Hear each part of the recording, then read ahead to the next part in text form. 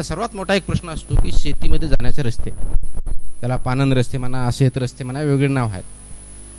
ते नावं असतात, परंतु ते शेतकऱ्यामध्ये खूप मोठ्या प्रमाणात त्याच्यावरती भांडणं असतात. म्हणजे हा माझ्या शेतातून जातो, बांधवून जातो का, हा माझ बांध इकडं, हा दगड इकडं का तिकडं, हा एक प्रकार असतो.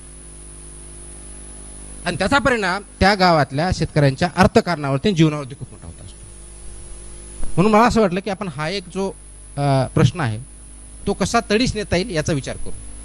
म्हणून शेतरस्ते किंवा पानंद रस्त्याची मोहीम आम्ही हाती घेतली की आपण जिल्ह्यातले जेवढे शेतरस्ते आहेत किंवा पानंद रस्ते आहेत ते त्याला पानंद मुक्त किंवा इन्क्रोचमेंट फ्री ज्याला म्हणू, अतिक्रमित मुक्त करायचे आणि ते रस्ते तयार करायचे असं ठरवलं.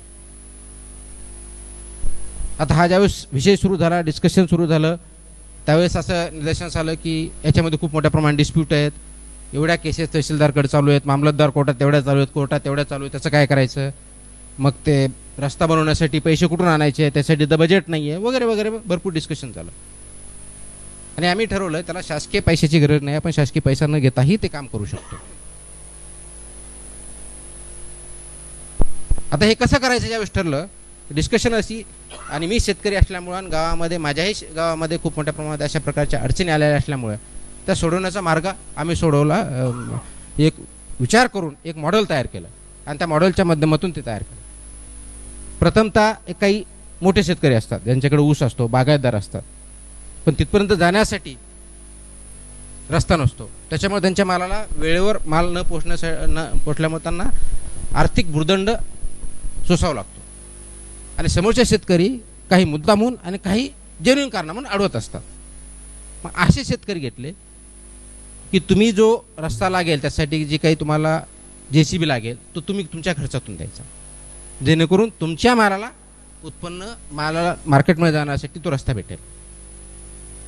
हे सुरू जसं झालं की शेतकरी अडवायला लागले, ही माझी बाउंड्री आहे, ही बाउंड्री मी देणार नाही आहे, मी गेल्या 20 वर्षापासून वाहतो आहे, त्याच्यामुळे हे तुम्ही जे सांगताय ते माप चुकीचं आहे आणि मी सांगतो ते बरोबर आहे. तर अशा अडचणी ज्यावेळेस सुरू झाल्या त्यावेळेस त्याच्यामध्ये मॉडेल असं डिस्कस केलं की ज्या ठिकाणी बाउंड्री आहे आणि जो शेतकरी अडवतोय तर त्यांना आम्ही सांगितलं की महाराष्ट्र लँड रेव्हेन्यू कोड जो आहे, जो आपण ज्याच्यामार्फत हे शेतीचं कायदा आहे की बाउंड्री कोणती, कुणाची ओनरशिप, कोण वैतीमध्ये आहे हे डिसाईड होतं. त्याच्यानुसार तुम्ही गेल्या 20 वर्षापासून 25 वर्षापासून किंवा हा कोड 1960च्या दशकामध्ये अस्तित्वात आला तेव्हापासून हे जास्तीचं क्षेत्र तुम्ही इन्क्रोचमेंट केलेलं आहे असं आम्ही गृहीत धरू आणि तेव्हापासूनचा दंड तुमच्याकडून वसूल करू.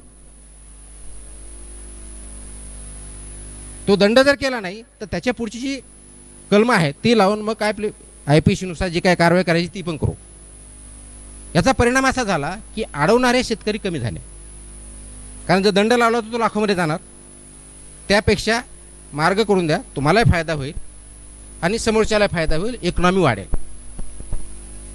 हा एक प्रश्न सुटला.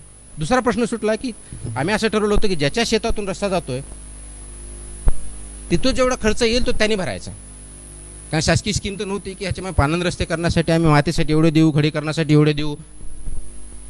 मग काही शेतकरी आम्ही देऊ शकत नाही असं म्हटलं. मग काही शेतकरी ज्यावेळी देऊ शकत नव्हते ते आजूबाजूच्या शेतकऱ्यांना मुद्दामून सांगितलं की तुम्ही करा, किंवा मग महाराष्ट्र ग्रामीण रोजगार हमी योजनेअंतर्गत त्यांना ते काम करायला हवं, दोन्हीपैकी एक काहीतरी करायचं. आपल्याला कदाचित आश्चर्य वाटेल की जालना जिल्ह्यात 2011मध्ये बघितलं तर प्लॅन रोड डिस्ट्रिक्टचे, जालना जिल्ह्याचे जे पूर्ण नियोजन केलेले PWD मार्फत, जिल्हा परिषद मार्फत तयार झालेल्या रोडची लेंथ जी होती ती सर्वसाधारणपणे 2500 ते 3000 किलोमीटर होती. आणि या पानंद रस्त्याच्या माध्यमातून 1 वर्षाच्या काळामध्ये लोकसहभागातून आपण 3000 किलोमीटर रस्ते तयार केले.